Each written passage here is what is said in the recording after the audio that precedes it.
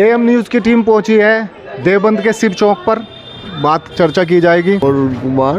अच्छा, 2017 से लेकर 2022 तक का देवबंद का कार्यकाल कैसा रहा चेयरमैन का? चेयरमैन के कार्यकाल की बात यह है, काफ़ी विकास रहा, कोई किसी चीज़ में दिक्कत नहीं रही। और अच्छा, 2022 के निकाय चुनाव में आप चेयरमैन का चेहरा कौन सा देखना चाहते हैं? हम तो चेयरमैन का चेहरा जब सब आ जाएंगे तो बीच इलेक्शन होगा। सपा बसपा भाजपा किसका चेयरमैन? भाजपा का चाहेंगे। भाजपा का। हाँ जी, नमस्कार। क्या नाम है आपका? लक्ष्मी चंद। 11 साल हो गए रिटायरमेंट को मुझे।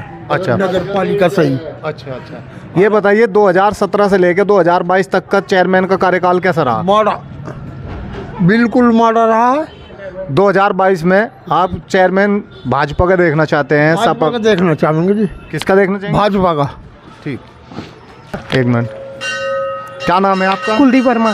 कुलदीप जी, ये बताइए 2017 से लेकर 2022 तक का चेयरमैन का कार्यकाल कैसा रहा? बस ज़्यादा बढ़िया तो रहा नहीं। हाँ, अब क्या रहे, भाजपा का ही देखना चाह रहे हैं। विकास। क्या नाम है आपका? देवेंद्र नाथ शर्मा। अच्छा, ये बताइए 2017 से लेकर 2022 तक का देवबंद में चेयरमैन का कार्यकाल कैसा रहा? 40 नंबर। है जी, 40 नंबर, 100 में से 40 नंबर। अच्छा, विकास कार्य 40% हुए हैं। बस 40% हुआ। अच्छा, 2022 में निकाय चुनाव है, उसमें आप भाजपा सपा बसपा और अन्य में से किसे चेयरमैन पद के लिए देखना चाहते हैं? भाजपा को। भाजपा को। कुरैशी जी, 2017 से लेकर 2022 तक का नगर पालिका देवबंद के चेयरमैन का कार्यकाल कैसा रहा? मौजूदा जो चेयरमैन है अच्छा है, वो काम थोड़े थोड़े सभी हो रहे हैं ज़रूरत के। सड़कें वगैरह होगी, लाइट वगैरह होगी, बराबर आ रही है। और देखा जाए तो अभी मौजूदा जो चेयरमैन है उनका जो लड़का है, उसने अपने पैसे से खर्च कर करके ईदगाह की सड़क अपने पैसे से बनवाई है। अच्छा, जी जमालुद्दीन ने। ठीक। मैं हूं सतीश रोहेला और आप देख रहे हैं एम न्यूज़। एम न्यूज़ की टीम आज देवबंद नगर पालिका के मोहल्ला लहसवाड़ा चौक पर पहुंची है, जहां लोगों से बातचीत करेंगे। क्या नाम है आपका? मेरा नाम मोहम्मद शादाब है जी। मोहम्मद शादाब जी, 2017 से लेकर 2022 तक का नगर चेयरमैन का कार्यकाल कैसा रहा? ठीक ही रहा जी। विकास कार्य हुए? विकास कार्यों का तो कोई इतना मामला नहीं दिखा। क्या नाम है आपका? मोहम्मद आदिल। मोहम्मद आदिल जी, 2017 से लेकर 2022 तक के नगर पंचायत का कार्यकाल कैसा रहा? बिल्कुल ख़राब रहा जी, कुछ नहीं हुआ। चेयरमैन ने भी कुछ नहीं करा, चेयरमैन साहब ने भी कुछ नहीं हुआ अब तक। क्या नाम है आपका? मेरा नाम मुजीबुर रहमान। अच्छा, 2017 से लेकर 2022 तक नगर पालिका परिषद के चेयरमैन के कार्यों की समीक्षा कीजिए, कैसे कार्य रहा? क्या समीक्षा करेंगे, जब कुछ होगा तो समीक्षा भी करेंगे। कुछ हुआ ही नहीं। लाइट बिजली पानी वगैरह। लेकिन ये नगर पालिका का काम तो यहाँ घर घर पानी पहुँचाना, सड़कों का निर्माण सही होना, इस पे जहाँ भीड़ है, भीड़ के इलाके अतिक्रमण है, वो सही बराबर होना, वो जब है नहीं। कहीं गलियों में निकलने की जगह नहीं होती, कहीं खड्डे हैं, पानी भर रहे, सीवर लाइन सही नहीं हुए, तो क्या काम है? काम तो यही हुआ। जी, क्या नाम है आपका? मेरा नाम है जी शहजाद बिहारी। शहजाद जी, ये बताइए 2017 से लेकर 2022 तक का चेयरमैन का कार्यकाल कैसा रहा? इनका चेयरमैन का कार्यकाल और बस सबका बढ़िया जो हो जा। वैसे आने वाला चेयरमैन तो मार करे। नहीं, मैंने पूछा कार्यकाल कैसा रहा, कार्य कैसे हुए उसमें? काम कैसे रहा? काम तो जो मोदी करवाएगा वो होगा, नहीं मोदी करवाने का नहीं होने का। इस तक का चेयरमैन का कार्यकाल कैसा रहा? हमारे चेयरमैन साहब ने शहर के अंदर कुछ नहीं किया। गंदी सड़कें हैं, कोई निर्माण नहीं कराया, नालियाँ साफ़ नहीं हो रही हैं। तो इसलिए सोचना पड़ेगा लोगों को, देवबंद वालों को, कि हिंदू मुसलमानों का किसी का काम नहीं हुआ। अच्छा, किसी भी पक्ष का कोई काम नहीं हुआ। सिर्फ वो तो घर पड़े बीमार और उनके दिल ले काम कर रहा है और कुछ नहीं कर रहा है। कुरैशी जी, मोहम्मद मुशर्रफ कुरैशी। 2017 से लेकर 2022 तक का हाँ जी, कैसा काम रहा चेयरमैन का? बिल्कुल सही रहा। बढ़िया काम किया? सही रहा, सड़क पानी वगैरह सब बिल्कुल सही रहा, कोई दिक्कत नहीं आई। क्या नाम है आपका? जुमरान। जुमरान जी, 2017 से लेकर 2022 तक का नगर पालिका देवबंद का चेयरमैन का कार्यकाल कैसा रहा? ठीक है राज। विकास कार्य हुए? हाँ हो, हमारे यहाँ तो हुआ। हाँ, सड़क बनी है इसी 17 में। तो 2022 के निकाय चुनाव में आप किसका चेहरा देखना चाहेंगे चेयरमैन पद के लिए? जमालुद्दीन। जमालुद्दीन का। जी बड़े मियाँ, क्या नाम है आपका? अब्दुल वहाब। जी 2017 से लेकर 22 तक के देवबंद में क्या विकास कार्य हुए? ठीक हुआ ये, बस और क्या। सारे काम हुए? हाँ जी, सारे हुए। विकास हुआ? वाह। अच्छा, 2022 में आप किसे चेयरमैन पद के पे देखना चाहते हैं? जमाल को। जमाल को देखना चाहते हैं। ठीक। मैं आपका? मुर्तजा। मुख्तिया जी ये बताइए, 2017 से लेकर 2022 तक का नगर पालिका देवबंद का चेयरमैन का कार्यकाल कैसा रहा? सही रहा। सभी काम हुए? हाँ, कभी थोड़े बहुत तो कमी रही, लेकिन सही रहे फिर भी। अच्छा, सड़क वगैरह सब बनी? हाँ बनी, थोड़ी बनी, कम बनी लेकिन। बनी। क्या नाम है आपका? शाहिद। शाहिद जी, 2017 से लेकर 2022 तक का चेयरमैन का कार्यकाल कैसा रहा? ठीक ही रहा, तो जो आवे ऐसा ही आवे सब। विकास कार्य हुए? हाँ हुए, सब काम हुए। क्या नाम है आपका? मेरा नाम मोहम्मद फराज है जी। 2017 से लेकर 2022 तक का चेयरमैन का कार्यकाल कैसा रहा? कुछ नहीं करा जी, 2017 से लेकर 2022 तक हमने अपना चेयरमैन भी नहीं देखा, कौन है कौन नहीं। बस वोट लेने के लिए आए थे, उसके बाद कुछ नहीं आए उन्होंने, ना कोई कार्यकाल करा यहाँ से, कुछ नहीं, और देहरादून जाके पड़ गए। मेरा नाम जहीर कुरैशी। 2017 से लेकर 2022 तक का जो चेयरमैन का कार्यकाल रहा वो कैसा रहा? देख लो, आपके सामने है, सारा बेकार काम रहा जी। कई सारी सड़कें टूटी हुई हैं। अच्छा जी, लोग बहुत परेशान हैं।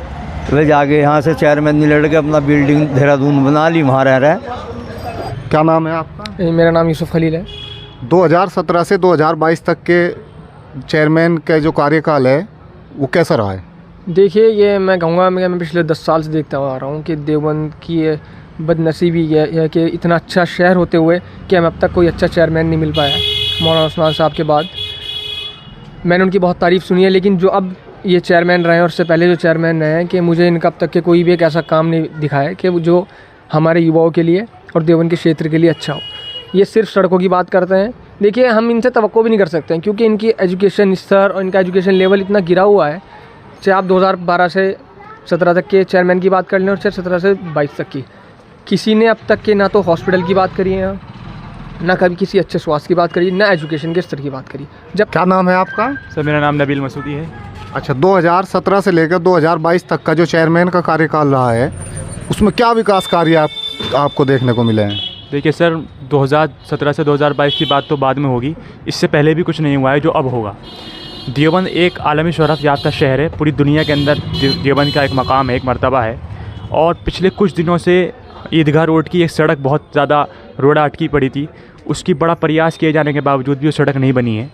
तो देवबंद चूँकि पूरे दुनिया के अंदर मशहूर है, उसके लिए एक ऐसे एजुकेशन आदमी की ज़रूरत है जो एजुकेशनलिस्ट हो, पढ़ा लिखा हो, वही देवबंद के विकास को कार्य कर सकता है। नगर पालिका देवबंद में आप सभासद के तौर पर नियुक्त है, तो आप ये 2017 से 22 तक के चेयरमैन के कार्यकाल के बारे में क्या कहना चाहेंगे? देखिए, मैं 2012 से जो 17 की जो नगर पालिका थी उसका भी सदस्य रहा, और 17 से 22 के जो है मेरी जो धर्मपत्नी है, इस 5 साल में वो सभासद रही। देखिए, सरकार का इस चीज़ पे फ़र्क पड़ता है विकास कार्यों पर, कि सरकार किस तरह की काम कर रही है।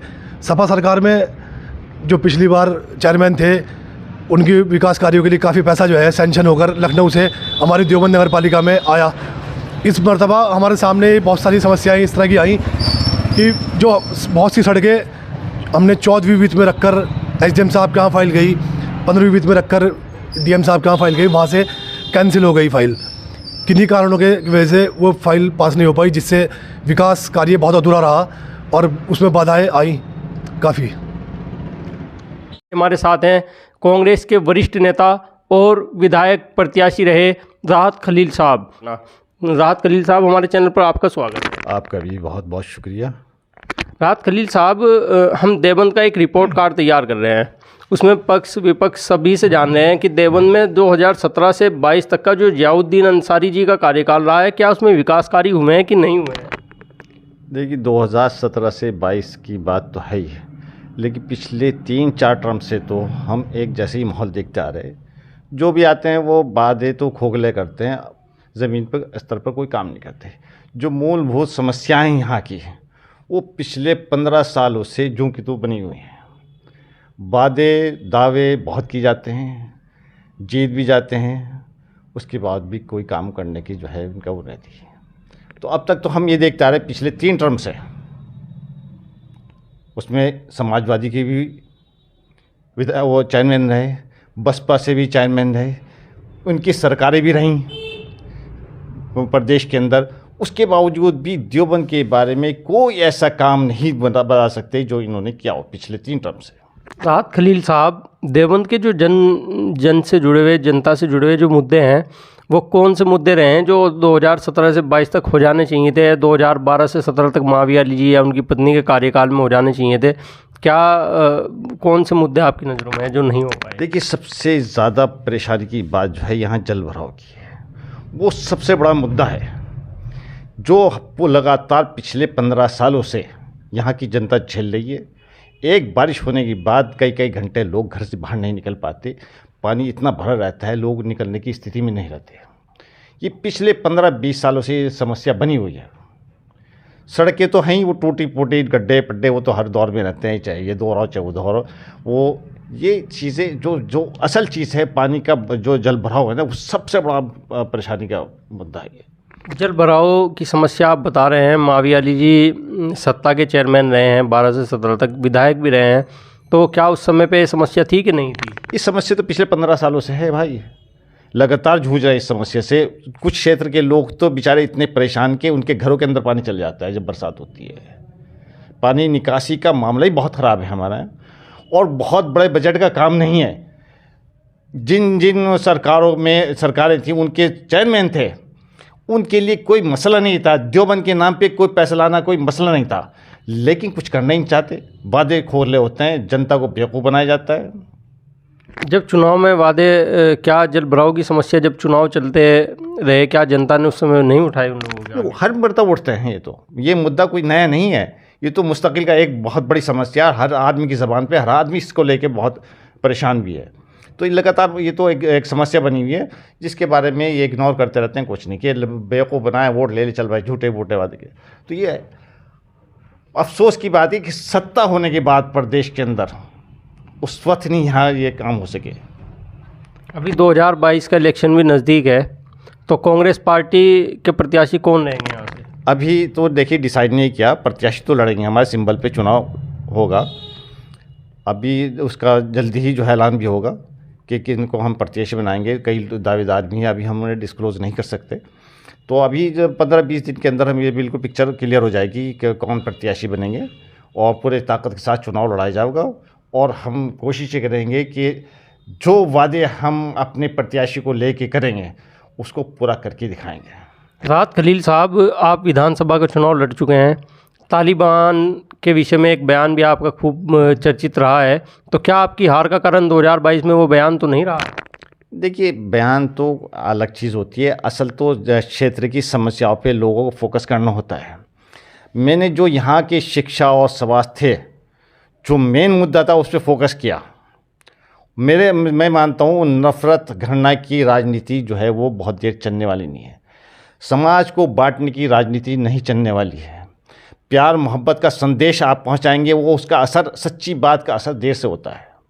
झूठी बात ज़्यादा जल्दी लोग कबूल कर लेते हैं। तो मैं सच्ची बात लेके मैदान में आया, मुझे उम्मीद है वो लोगों के जहन में वो बात बैठी है। उसका भले ही इस बार रिज़ल्ट ना मिला हो, लेकिन आइंदा मुझे रिज़ल्ट मिलेगा। लोग इस बात को, जो सच्ची बात है वो धीरे धीरे लोगों के जहन में बैठती है। कांग्रेस पार्टी जो है वो एक ऐसी पार्टी है जो एक ऐसी विचारधारा पर चलती है जिससे मुल्क आज़ाद हुआ। गांधी जी की विचारधारा पर चलती है।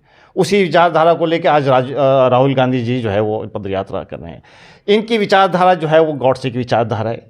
जो आप उसके देख रहे हैं उसके हालात, सिर्फ नफ़रत घृणा, बस यही चीज़ है। इसी की बुनियाद पर वोट ले रहे हैं, समाज को बांट रहे हैं। तो अब ये लोगों के जहन साफ़ होते जा रहे हैं, और मैं समझता हूँ आने वाले जो चुनाव होंगे वो सब चीज़ों को पीछे डाल के जनता इन सब बातों को, प्यार मोहब्बत सद्भावना, आपस में मिलकर रहना। गांधी और गॉडसे की भाषा में या उनकी उसमें क्या फ़र्क समझते हैं विचारधारा में? भाई विचारधारा तो बिल्कुल विपरीत है। गॉडसे की विचारधारा जो नफ़रत घृणा आतंक की विचारधारा है।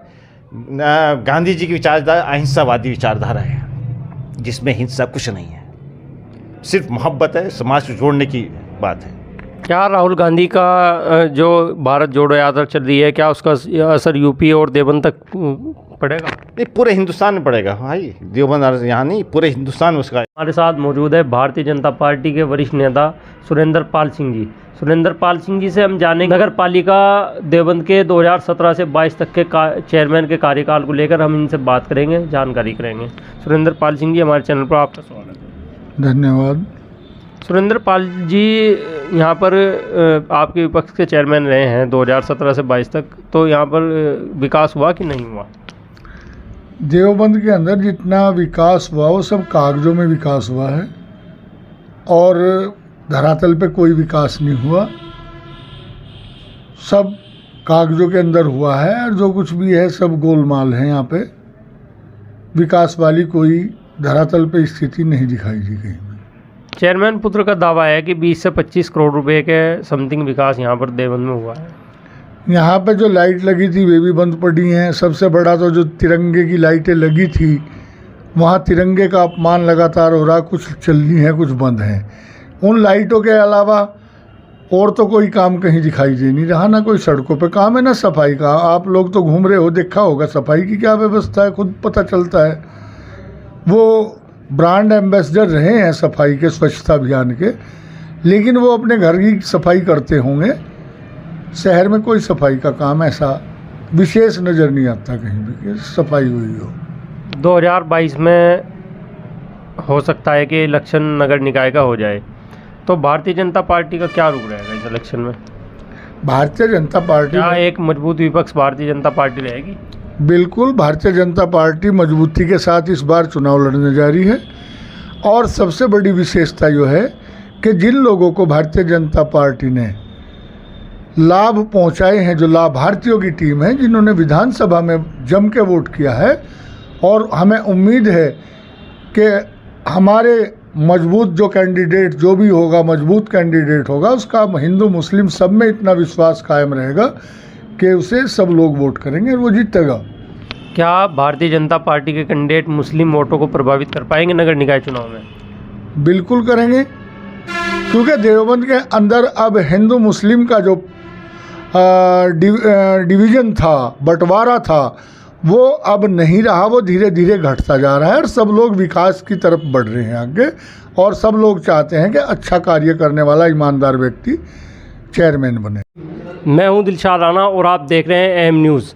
एम न्यूज़ के माध्यम से पूरे ज़िला सहारनपुर के सभी नगर पंचायत, नगर पालिकाओं का हम रिपोर्ट कार्ड तैयार कर रहे हैं। इसी कड़ी में आज हमें नगर पालिका परिषद देवबंद में आज हम बात करते हैं पूर्व विधायक, पूर्व चेयरमैन माविया अली जी से। माविया अली जी, हमारे चैनल में आपका स्वागत है। धन्यवाद। 2017 से 2022 तक का आप चेयरमैन का कार्यकाल कैसा रहा जयाउद्दीन अंसारी जी का? 2017 से लेके और अब तक देवबंद के अंदर कोई सड़क नहीं बनी, कोई निर्माण कार्य नहीं हुआ। विकास के नाम पे सड़क पे गड्ढे हैं, सब आप लोग देख के भी आए होंगे। और अब तक के जितने दिन से नगर पालिका बनी, शायद सबसे ख़राब कार्यकाल रहा होगा 2017 से लेके और 22 तक का। बाकी आप पब्लिक से मिलोगे तो पब्लिक भी बता देगी इस बात को। चेयरमैन साहब, ये भी लोगों ने बताया है कि जयाउद्दीन जी की तबीयत ठीक नहीं रहती, जिस कारण विकास ना हो पाना है। नगर पालिका परिषद देवबंद में मैं चेयरमैन रहा तकरीबन लगभग 3.5 साल, और 8 महीने मेरी वाइफ रही चेयरमैन। और नगर पालिका परिषद देवबंद के 12 से लेकर 17 तक के कार्यकाल में जो पैसा आया, उससे 30 करोड़ रुपए ज़्यादा इस वाले 5 साल में आया।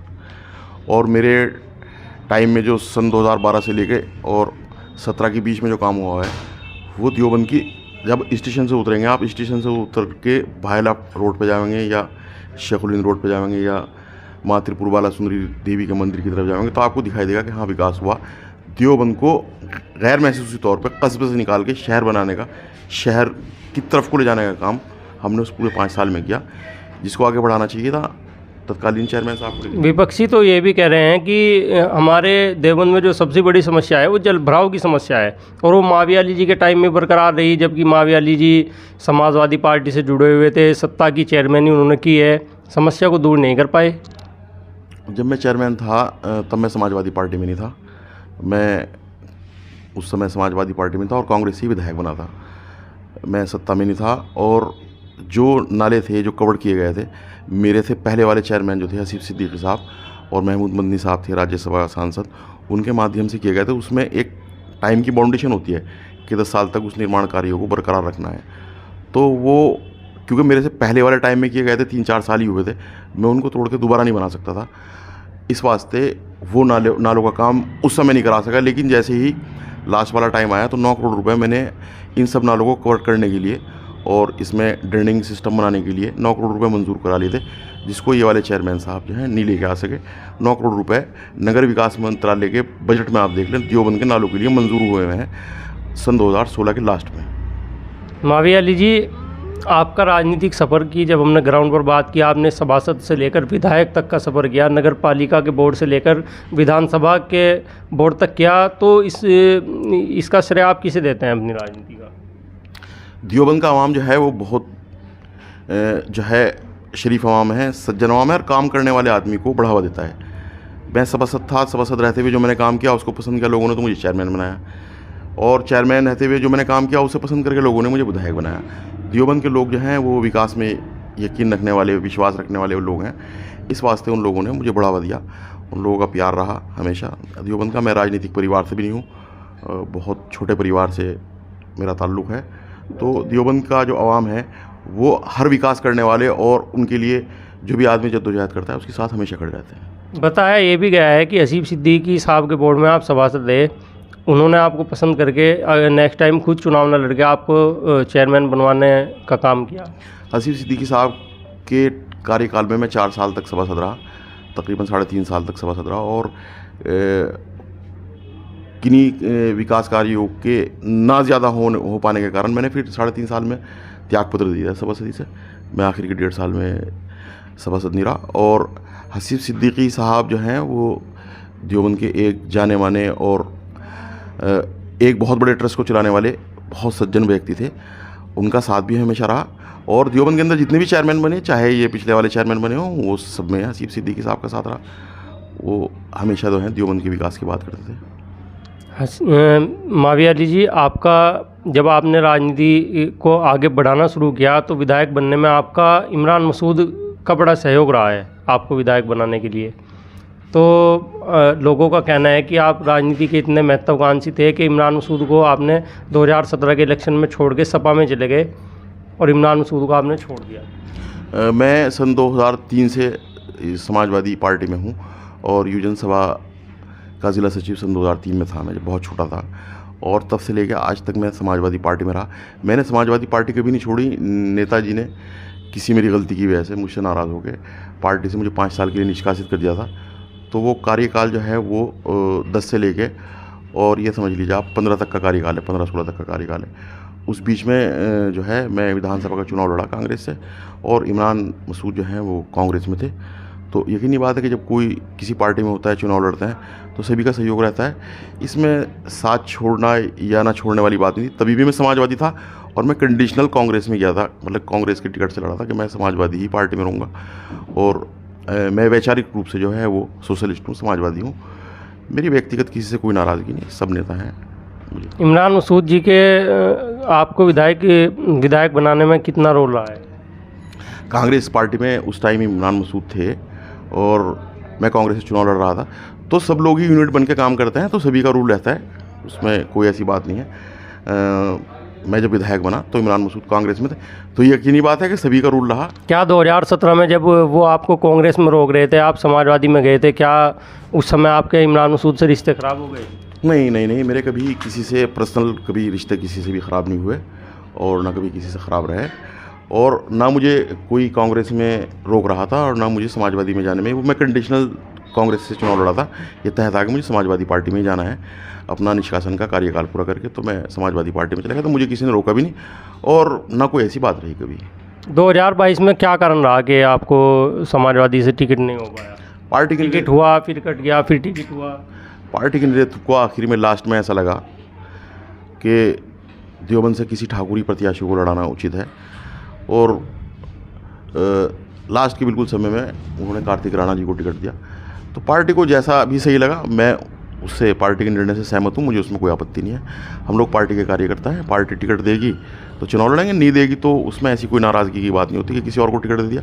हज़ारों लाखों कार्यकर्ता हैं तो सभी तो टिकट नहीं पा सकते, 403 सीटें हैं सिर्फ। आपने 2022 के चुनाव में कार्तिक राणा जी के साथ रहे या उनसे दूरी बना कर रखी? मैंने 2022 के चुनाव में भी समाजवादी पार्टी को वोट दिया, मेरे परिवार ने भी दिया, हम सब लोग समाजवादी लोग हैं।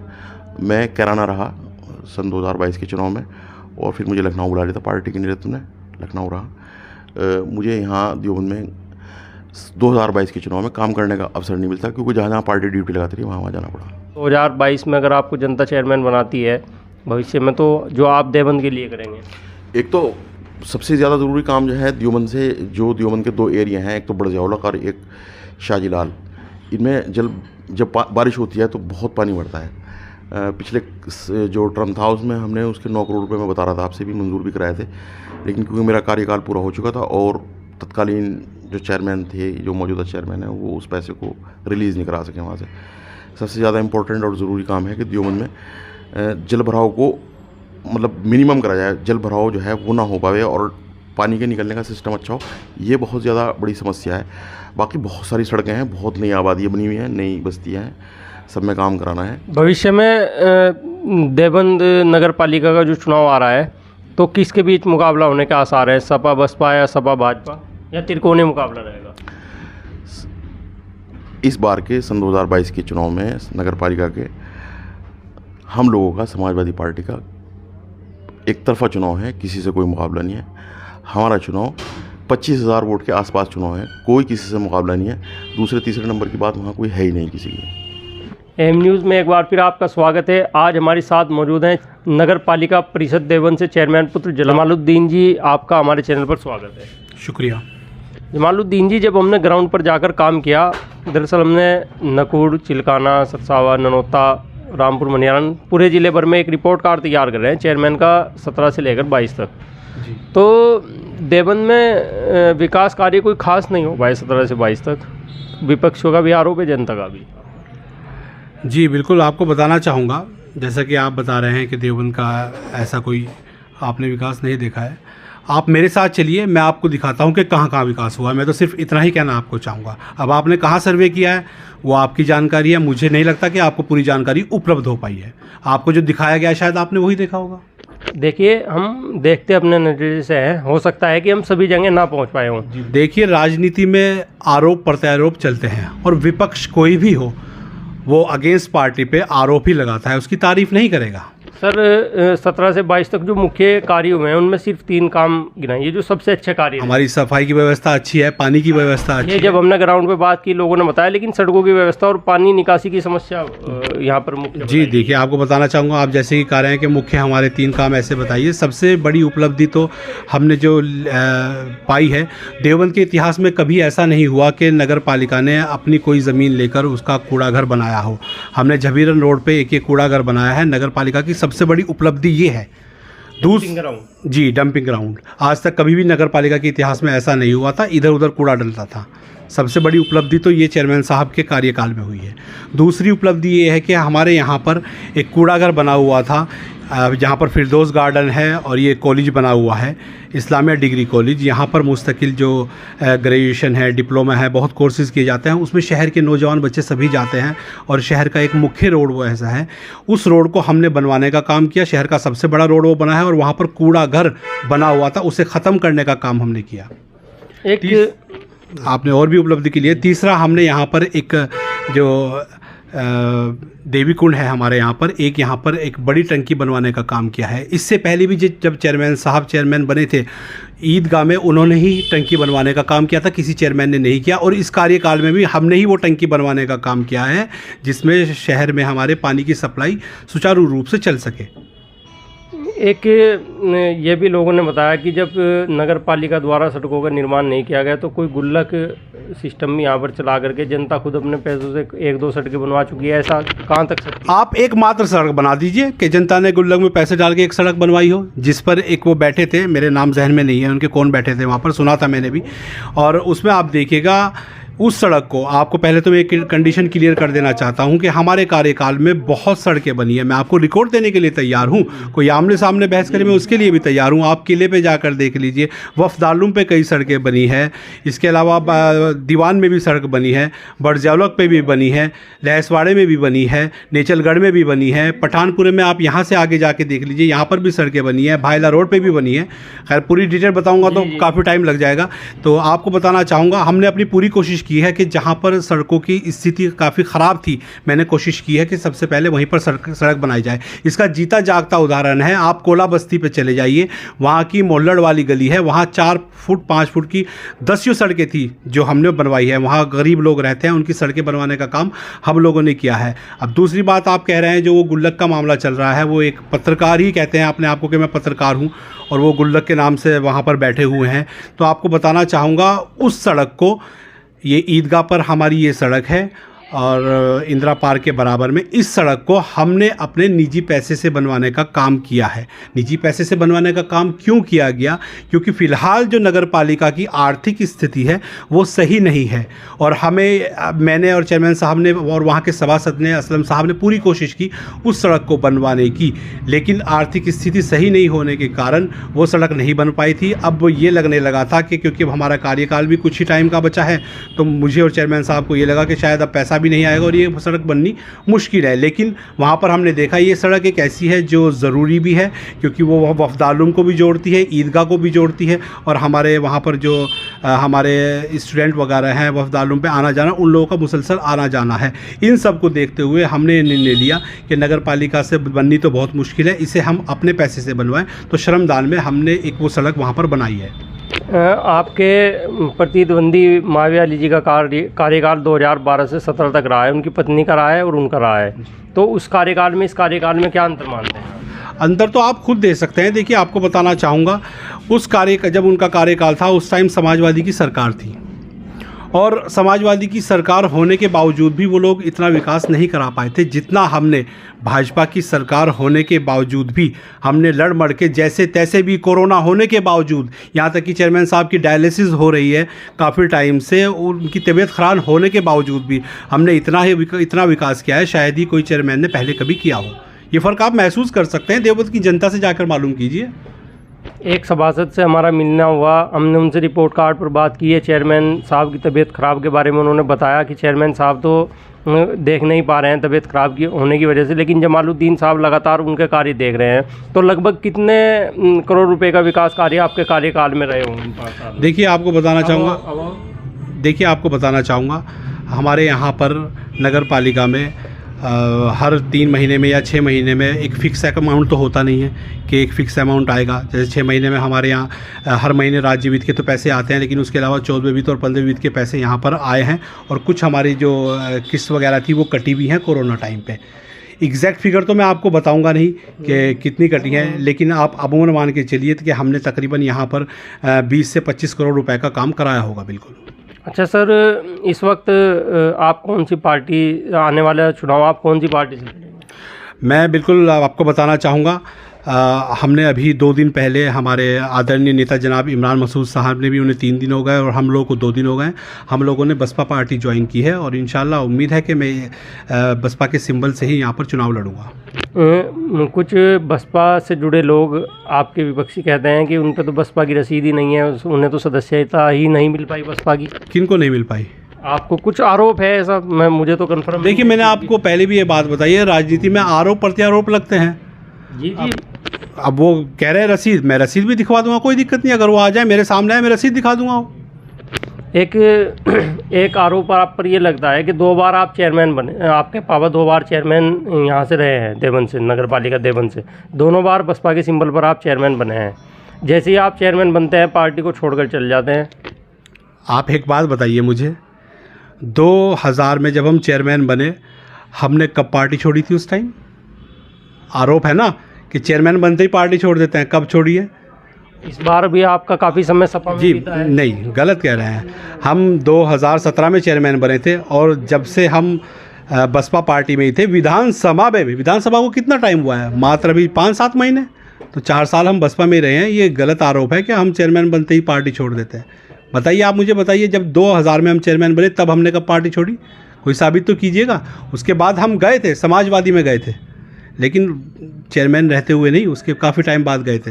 अभी बसपा में आप किस चेयरमैन के चुनाव जीतने के लिए बसपा में लौटे हैं या समाजवादी की नीतियों से आप प्रभावित नहीं हुए जितना समय आपने वहाँ? देखिए, मैं आपको बताना चाहूँगा, हम लोग शुरू से ही, जब से मैं तो खैर छोटा था, वालिद साहब जब पार्टी ज्वाइन की थी उन्होंने सन 2000 में, तब से ही हम 90% हम बसपा में ही रहे हैं। कुछ टाइम के लिए समाजवादी में गए थे हम लोग।